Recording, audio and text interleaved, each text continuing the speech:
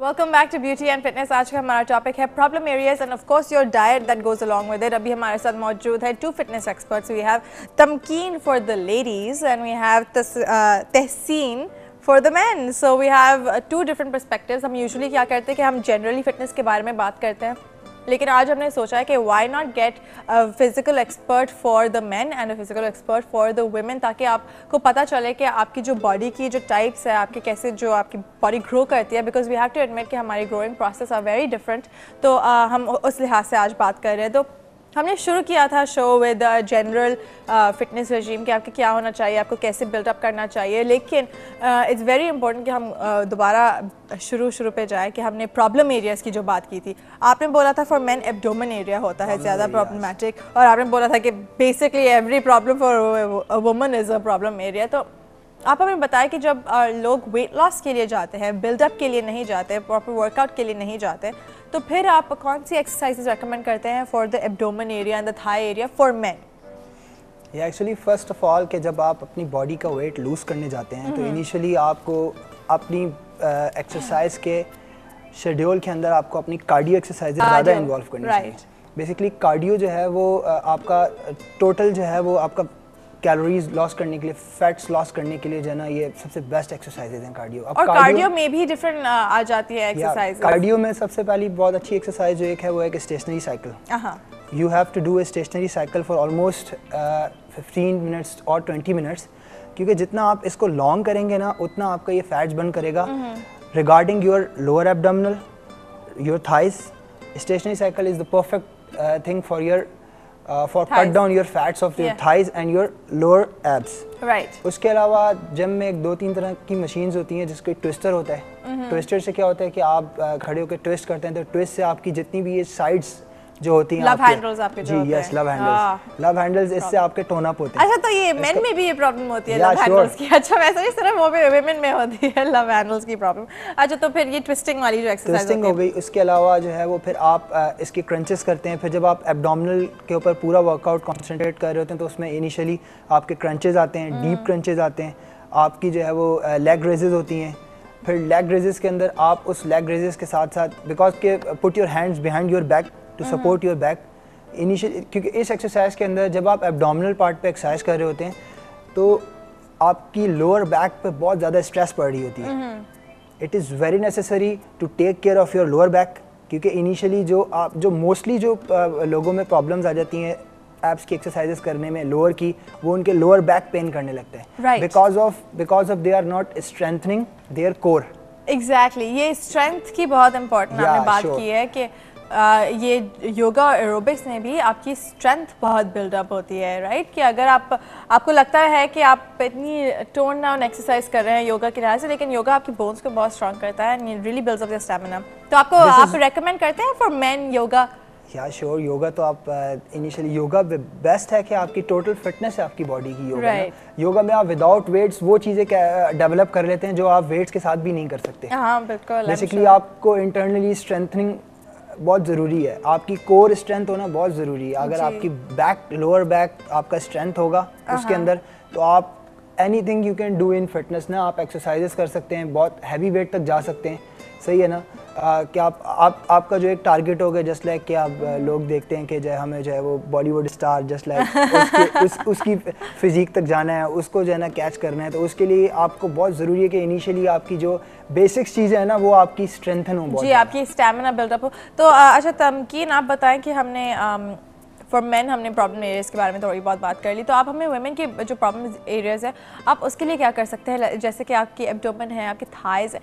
Thighs तो I know from personal experience कि बहुत ही मुश्किल होता है थाइज़ का वेट लूज़ करना, स्पेशली कंसिडरिंग अगर आपका कोई जेनेटिक प्रॉब्लम हो तो ब्लेम योर पेरेंट्स, लेकिन जेनेटिक प्रॉब्लम हो तो उसमें और भी ज़्यादा मुश्किल हो जाती है लूज़ करने में। तो what should you do then? Thighs exercise होती हैं, लेग रेजेस जैसे कि इन्होंने बोला, ये सब भी होती हैं। लेकिन आप कह रही हैं थाइज़, लेकिन अब मेरे पास जो क्लाइंट्स आते हैं ज़्यादातर उनकी प्रॉब्लम होती है एब्डोमेन एंड बैक प्रॉब्लम। अच्छा, ज़्यादातर ये प्रॉब्लम लेके आते हैं। थाइज़ की ये है कि जब एक्सरसाइज हम लोग एब्डोमेन की करते हैं, क्रंचेस करते हैं, सिटअप्स करते हैं, तो उसमें हमारी थाई भी स्ट्रेच होती है। अच्छा। तो इनके साथ एब्डोमेन के साथ हमारी थाई भी कवर हो रही होती है। अच्छा, तो फिर एब्डोमेन और बैक पे जो फैट डिपॉजिट्स हो जाते हैं, आप फिर उसे कैसे आप डिसॉल्व करते हैं, आप कैसे उसे फिट कर देते हैं दोबारा? देखिए, जब है ना वार्म अप अच्छी तरह जब हो जाते हैं, उसके बाद फिर हम लोग क्रंचेस हो गए, लेग रेजेस हो गए, सिटअप्स हो गए, और ये उसमें सब बैक की भी कराते आपकी हैं। बैक एक्सरसाइज के फिर डंबल से करवाती हूँ मैं। अच्छा। जब यूज टू हो जाती है, बॉडी स्ट्रेच बन जाता है, स्टेमिना बन जाता है, उसके बाद फिर डम्बलिंग के थ्रू बैक बर्ड्स को कम किया जाता है। फिर वॉल एक्सरसाइजेज होती हैं लेडीज़ में, वो भी कराई जाती है। वो जो the big plastic ball, oh God it's horrible. Already in initial के जो है वो बैक की प्रॉब्लम जो है वो आपकी ऐसे ख़त्म होती है कि आपकी जो कोर स्ट्रॉन्ग इस उसमें होगी कि आपको होल्डिंग एक्सरसाइजेज ज़्यादा करनी पड़ेगी। हाँ, और वो बॉल से ही आती है, या बॉल से होती है। उसके अलावा भी आपकी होल्डिंग एक्सरसाइजेज होती हैं कि जो बैक की होती हैं, कि उसके वो पोस्चर्स हैं कि आप एक लेग उठा लेते हैं, पीछे से लेग रेस करते हैं, एक हैंड रेस करते हैं, और आप क्रॉस में जो है वो आपने एक हैंड और एक लेग को जो है ना सपोर्ट दे के आप क्रॉस में जो है उसको होल्डिंग करते हैं for almost 1 minute 60 seconds 1.5 minutes. Initially gradually आप जब इसको इंक्रीज करते जाते हैं तो आपकी कोर इससे स्ट्रॉन्ग होती रहती है, बेसिकली योर बैक। हाँ, तो हमने एक्सरसाइजेस के बारे में we covered a lot because हमें ज़्यादातर actually audience is very educated when it comes to the fact कि आपको ये एक्सरसाइजेस करनी है for your strength development, your stamina building and all of that. लेकिन जो चीज़ समझ में नहीं आती अक्सर लोगों को कि देयर इज़ अ फेज, मतलब कि आपको इतने टाइम के लिए आपको एक्सरसाइज करना ज़रूरी है। ऐसे नहीं कि आपने 200 क्रंचेस कर लिया फिर आपने छोड़ दिया, you know, and then you say अच्छा ठीक है 3 दिन के लिए काफ़ी है, आप इसे डिवाइड कर लिया, I did 80 crunches a day.